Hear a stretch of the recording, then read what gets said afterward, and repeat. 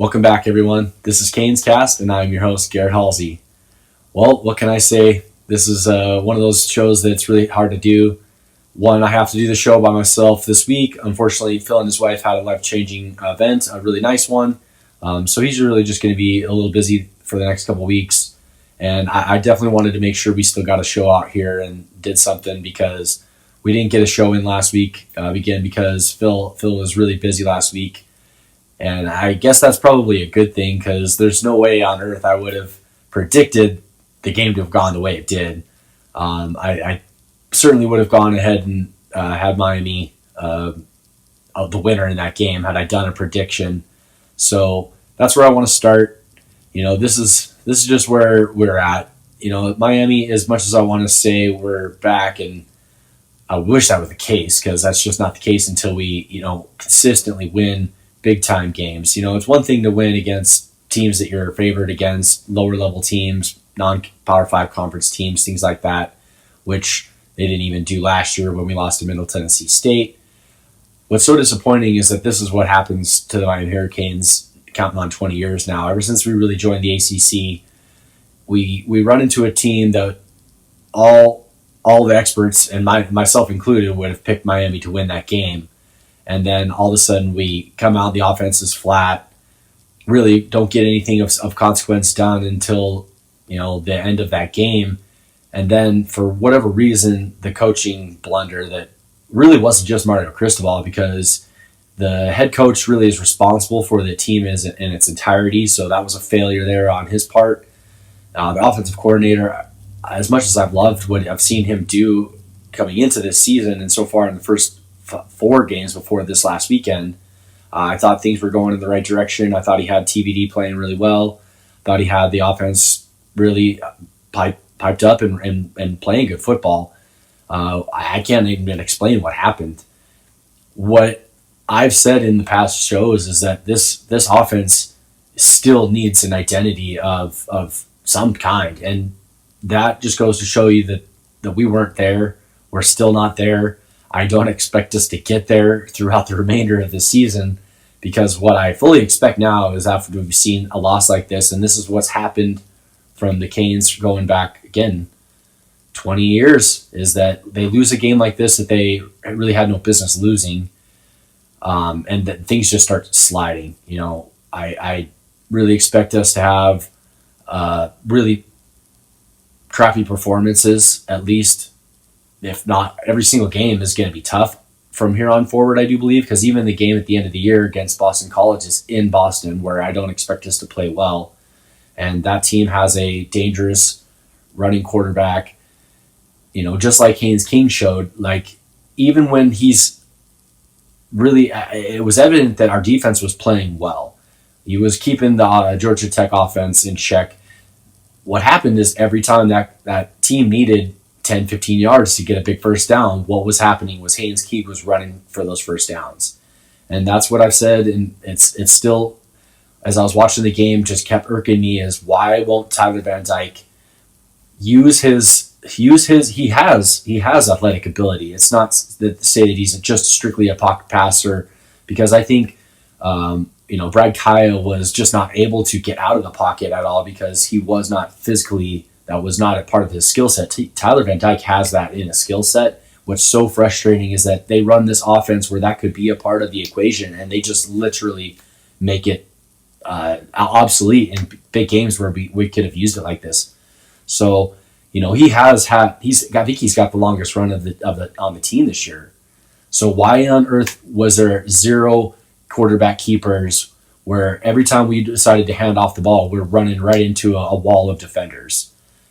Throughout the entirety of that game, I just could not understand why we could not find it in ourselves to be a little more creative and make a threat outside of the tackles, outside of our running backs. We have a decent set of running backs. I think every one of them, we had a huge blunder there at the end of the game where, Chaney fumbles the ball with 23 seconds left, which, again, goes back to the coaching and the offensive coordinator's calls. Why on earth we weren't just kneeling the ball and getting out of there, escaping with a victory? Instead, no, we have to go out and lose the game in one of the most epic shows of ineptitude that I've ever seen in a football team. I mean, I'm sitting there watching the family with my family.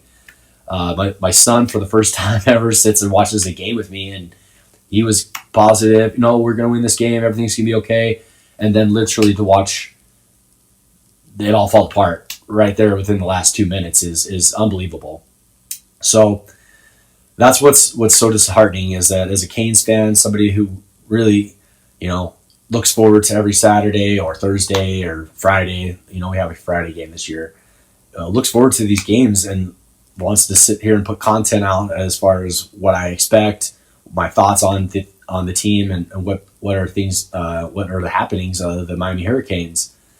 This is just where it all goes downhill, and that's what I fully expect for the rest of the season. This will be a shorter show because I really don't know what else to say.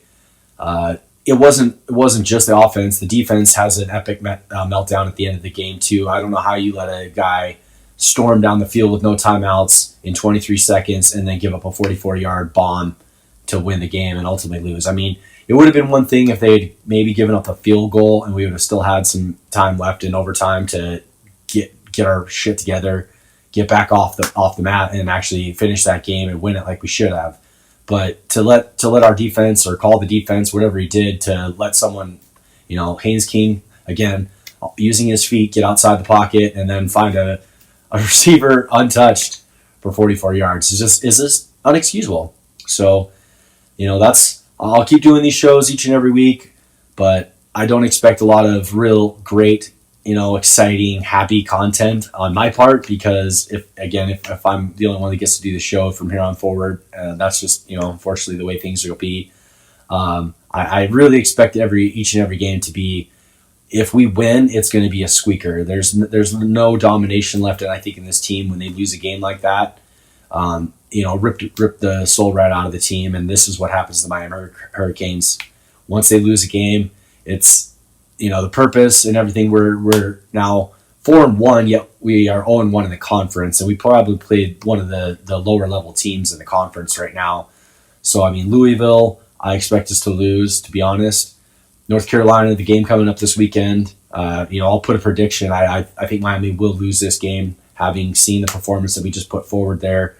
North Carolina and their coach are gonna outcoach us. I don't feel like the proof is in the pudding in our coaching to really trust them and expect them to have us ready to go. I don't think the offense is anywhere near where we need to be as far as a threat. Are we a good running team? Are we a good passing team? Are we a mix of either? I don't think we really know either one, any of those questions at this point. So what's sad, man, is I think we have, again, talent on this team. It's not like there isn't a good receiver, and Colby Young having that what we thought was maybe going to be the nail in the coffin and get that touchdown at the end of the game to finally get our offense going in the right direction. He gets called down at the 2-yard line, and then we have to run it in with Parrish. I just don't know what happened. TVD throws 3 terrible picks. He should have had a 4th pick. This game is just proof that we can't win with a dominating offensive line, a quarterback that's just going to sit there and pick apart a defense, because I think Tyler Van Dyke has that skill set, and we still can't get it done. So, if it were me, I would say that this season, once we start losing these games, I would be putting the young guys in. I still think it's Jacari Brown needs a chance to show what he can do when he's given the full confidence and given the team, see what he can do, because that's an athlete to me. I understand his passing isn't there, but even when we have a passing quarterback that can throw the ball all over the field, we still can't beat a bad team. So what are we doing? Where are we going? What is the future of this team? I've heard many Miami pundits say, this team is a year or 2 away from being really good, but really, is it? We have talented players on the offensive line, defensive line, linebacker, secondary, and we still can't get it done. We still can't beat teams that we're expected to beat. It's one thing to lose a tough game and have it let slip through your fingers against a good team like a Florida State, which I think we will lose that game, against a Clemson, which now I do believe we will lose that game, having seen this epic failure again. So, I expect North Carolina, Clemson, Florida State, all to be losses. You got North Carolina State. I think that's going to be a flip. And if we don't lose that game, I won't be surprised. Louisville, I think they're a decent team. They just beat Notre Dame, who was a top 10 team in the country. So I expect that to be, if not a loss. If we win that game, I'll be extremely surprised. So, and then Boston College to end the season. I just don't see us really going into any of these games being a flat out dominant team here on forward, which is, I think there's a Virginia game who's a dumpster fire. Let's give Virginia their due diligence. They're, had one of these tragedies you never want to happen to anybody in the world, yet it happened to their team last year. So, you got to forgive them for being kind of as bad as they are. Maybe that's the one win. So we're at 4-1 and we got a fifth win maybe penciled in there. And I don't even want to say that's a win. I could see us losing that game just as much as I could see us losing every game the rest of the season, which is crazy because we could end the season at 5-7 where we, last time we did a show, we were talking, are we going to be 5-0 going into our big game, our first big test against North Carolina?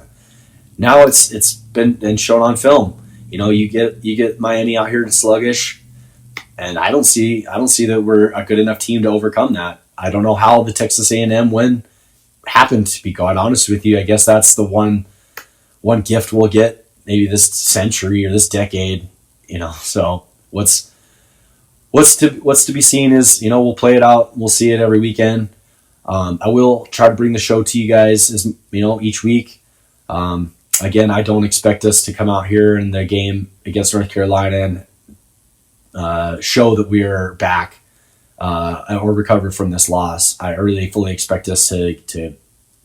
I honestly don't think if this game isn't a rout from North Carolina, I will be surprised because I think they have an extremely talented team where their quarterback is what you're looking for, I guess. But I think it's not just again his arm. I think he uses his legs and he will get big first downs when they're needed, and our defense just can't stop that. We haven't stopped that, and really, as long as I can remember now, it's going back an extremely long time where these kinds of teams come in and beat us consistently. So, as hard as it is to say, I don't think Miami is anywhere close to being back or good because now, not only that, I think it's affected this team this year. This loss will impact the recruiting too. And Mario Cristobal is a good recruiter.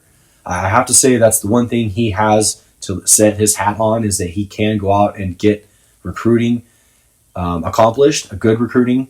So what I fully expect is as we keep losing these games, our committed guys are going to keep falling off because nobody's going to want to come into a program where they can see our ineptitude like that. And who's to say I can't blame them anymore. I'm disheartened. I could see why every one of these guys would want to go a different direction and take their skills to another program if that's where they go. The kids that stick around and the kids that stick in the class and that they come aboard, all the power to you guys. I appreciate those true fans. It was hard to sit here and say I wanted to do the show this week, but what I'm going to do is keep with it, good or bad, hell or high water. I'm going to keep doing the show. Hopefully I'll get my kid to watch more football games with me there because that was, the only thing I can look back from this weekend and say that was really kind of a treasure because the game was extremely disappointing to watch, really from the get-go because right off the bat, I could feel that this team had no sense of urgency, that the offense was not clicking. Again, the defense held their own up until the end, and let's maybe give them the benefit of the doubt. They just couldn't hold up any longer, but 23 seconds and giving up 60 yards or whatever it was they had to go is still kind of still inexcusable. So not a lot of good stuff to say, guys. But again, I will keep it on. It's always all about the U. Go Miami Hurricanes. Hope we'll see you guys back. Thanks for sticking around and watching the show, guys. Appreciate you.